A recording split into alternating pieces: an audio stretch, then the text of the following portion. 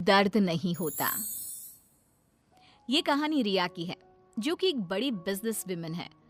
उसको किसी के दर्द से कोई फर्क नहीं पड़ता। उसके लिए अपने काम से बढ़कर कुछ नहीं। ये क्या बना रखा है? ये खिलाओगे तुम उनको?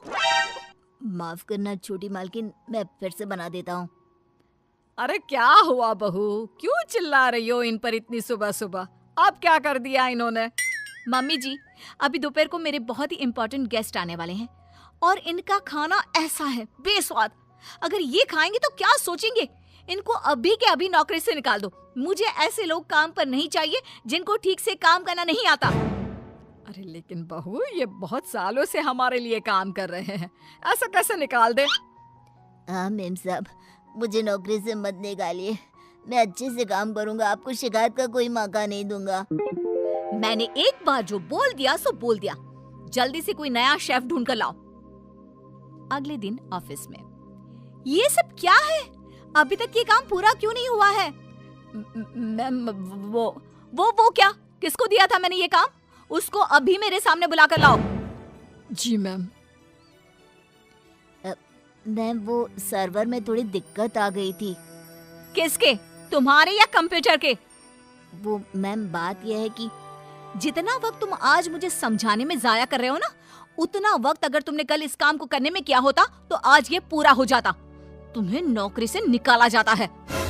मैम प्लीज ऐसा मत करिए, मेरे छोटे छोटे बच्चे हैं, अगर मेरी नौकरी चली गई तो। ये सब तुमको ऐसा काम करने से पहले सोचना चाहिए था। मैम मुझे एक मौका और दीजिए, मैं अभी पूरा करके लाता हूँ। ये जो मौका था, यही तुम्हारा आखिरी मौका था जो तुमने गंवा दिया। मैं और कुछ नहीं सुनना चाहती। मेरी कंपनी में तुम जैसे कामचोरों के लिए कोई जगह नहीं है। तुम्हें इस नौकरी से निकाला जाता है। शाम को घर पर, मैंने सुना आज तुमने फिर किसी को नौकरी से निकाल दिया। अरे हमारी पॉलिसी है ना, हमारी कंपनी लोगों के इमोशंस का भी ध्यान रखती है। इमोशन कुछ नहीं होता। कमजोर होते हैं वो लोग जो ऐसे काम करते हैं। और नौकरी से निकाल दिया तो इसमें कोई नई बात नहीं। जिस तरह घर को साफ करने के लिए गंदगी बाहर फेंकनी पड़ती है, उसी तरह कंपनी को आगे बढ़ाने के लिए यूजलेस लोगों को कंपनी से बाहर निकालना पड़ेगा। तुम लोगों की तुलना गंदगी से कैसे कर सकती हो? जिस स्पीड से तुम लोगों को निकालती हो, मुझे डर है कि किसी दिन कंपनी के सभी लोग ही ना निकल जाए। फिक्र मत करो, ऐसा कभी नहीं होगा। ऐसी बड़ी कंपनी में काम करने के लिए लोग तरसते हैं। जिनको नौकरी लग जाए वो खुशी से पागल हो जाते हैं। तो ऐसी कंपनी कभी खाली हो ही नहीं सकती। वैसे भी मुझे किसी की इमोशन से कोई लेना देना नहीं है। लेकिन बहू, तेरे स्वभाव को देखकर लगता है कि जरूर खाली होगी। अरे बहू, लोगों को दर्द होता है तो ये क्यों नहीं समझ पाती है? मम्मी जी, आप कब आई? आपको क्यों ऐसा लगता है? दर्द वर्द कुछ नहीं होता।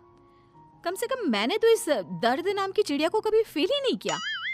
क्योंकि बहू तो दूसरों की भावनाओं की कदर नहीं करती। दूसरे क्या सोच रहे हैं, क्या कर रहे हैं, वो क्यों नहीं कर पा रहे हैं, किसी की परवाह नहीं करती। ऐसा नहीं होता बहू। तो मम्मी जी, आप कह रही हैं कि मैं दूसरों के पर्सनल कामों के लिए अपना काम रोक दूं और उनसे उनका दुखड़ा सुनूं? हाँ बताओ भाई, क्या हुआ? नो वे। नहीं बेटा, मेरा मतलब ये है कि तू बस एक गलती होने पर लोगों को काम से निकाल देती है। ये भी नहीं सोचती कि अगर उसे काम से निकाल दिया तो उसका घर कैसे चलेगा, वो अपने बच्चों की फीस कैसे भरेगा। मम्मी जी, आपका मतलब है वो कितनी भी गलती करे मैं उनको माफ कर दूं और वापस ले आऊं? मम्मी जी, अगर मुझे ऐसा ही करना होता तो मैं कंपनी नहीं खोलती, कोई धर्मशाला खोलती, ताकि जिसका जब मन करे आए और जब मन करे जाए। माँ का वो मतलब नहीं है। माँ बस इतना बोल रही है कि अगर वो गलती करते हैं तो उनको डांट लिया करो, समझा दिया करो। लेकिन नौकरी से निकालना बहुत ज्यादा नहीं हो गया? मम्मी जी, आपको भले ही ऐसा लगता हो, लेकिन मैं इतनी बड़ी कंपनी ऐसे ही नहीं चला रही हूँ। ऐसे बहुत देखे मैंने और मैं ये अच्छी तरह जानती हूँ कि ये कैसे सुधरेंगे। इसलिए आप चिंता मत कीजिए और आप प्लीज मेरे कामों में दखल मत दीजिए। मुझे अच्छी तरह पता है कि मैं क्या कर रही हूँ। एक दिन अचानक से रिया की बेटी की तबीयत बहुत खराब हो जाती है और रिया कंपनी की जरूरी मीटिंग छोड़ देती है। बहू, तू यहाँ क्या कर रही है? तेरी तो बहुत जरूरी मीटिंग थी ना? मम्मी जी, आप ऐसे समय में मीटिंग की बात कैसे कर सकती हैं? और मेरी बेटी कहाँ है? क्या हुआ है उसको? डॉक्टर ने क्या कहा? यूं अचानक से बेहोश कैसे हो गई? उसका बीपी लो हो गया था, जिसकी वजह से वो चक्कर खाकर गिर पड़ी और उसको थोड़ा बुखार भी है। अच्छा हुआ, कोई ज्यादा घबराने वाली बात नहीं है, मैं तो डर ही गई थी। और बहू तेरी मीटिंग, उसका क्या हुआ? तुझे तो भारी नुकसान हो गया होगा। होने दीजिए मम्मी जी, मेरे लिए इस वक्त मेरी बेटी से बढ़कर कुछ भी नहीं है। ऐसी मीटिंग्स तो फिर आती रहेंगी। लेकिन बहू, कुछ दिनों पहले तुमने ही कहा था कि किसी के निजी काम के लिए तुम्हारा काम नहीं रुकेगा, तो फिर ये सब क्या है?